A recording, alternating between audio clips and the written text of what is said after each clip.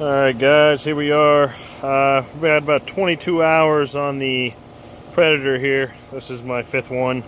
So far so good. No air starvation problems like the other 4 units that I had in the previous video. So what we're going to do today is we're going to go ahead and we're going to pop that silver plug out right there just below the oil fill and check stick.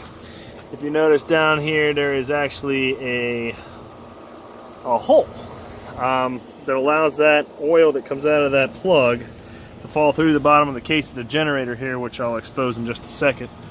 Hopefully I can do it with one hand here.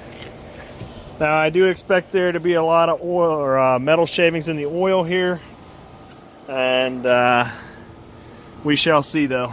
There we go. Now we've exposed the hole here. Let me get a better picture of that. As you can see, the plug has kind of been pushed up inside, probably from me rolling it around through the grass. Ran great though. Was very reliable after the hurricane here. As you can see, it's torn up my fence. I live in Cutler Bay, Florida here, and it's been tough. My parents have no power. We do though, thank God, so we're good to go. All right, stand by here. We'll see if we can get some oil draining out of this thing.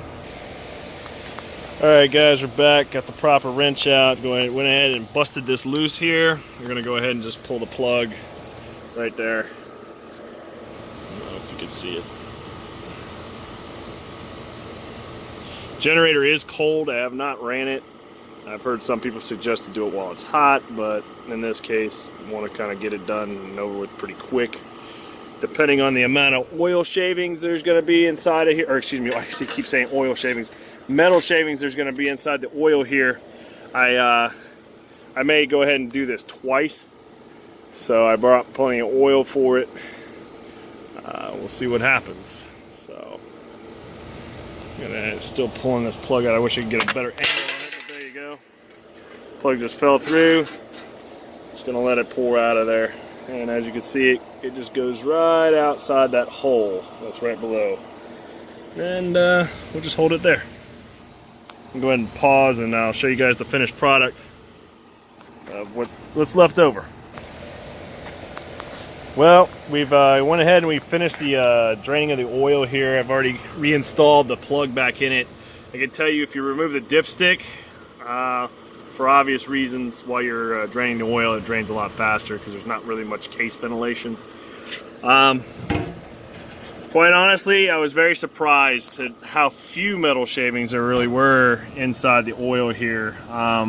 Mainly dark. I don't know if that's because I ran it for an hour when I first got it, and then I changed the oil right after the first hour. So I'm sure a lot of the metal shavings came out during that time. But there is still some silver milkiness inside of that oil. There is a few, visible metal shavings to the naked eye. Just kind of surprised because I thought, I saw another gentleman who had this generator and was having the same airflow problems as I was. He was one of the first YouTubers out there that put the generator up on YouTube here.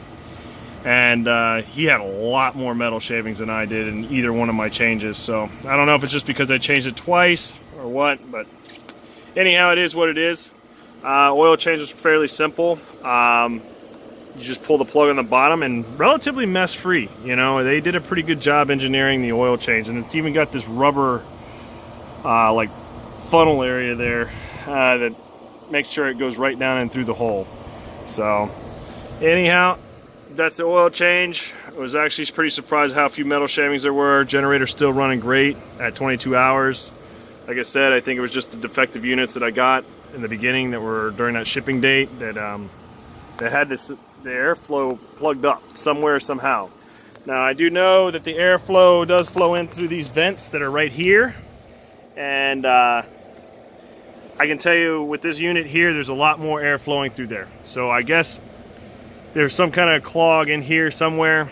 Not too sure, never got that far pulling it apart. Didn't figure I needed to pull something that I just paid $700 for apart, So that's why I wanted a good one when it came out of the box.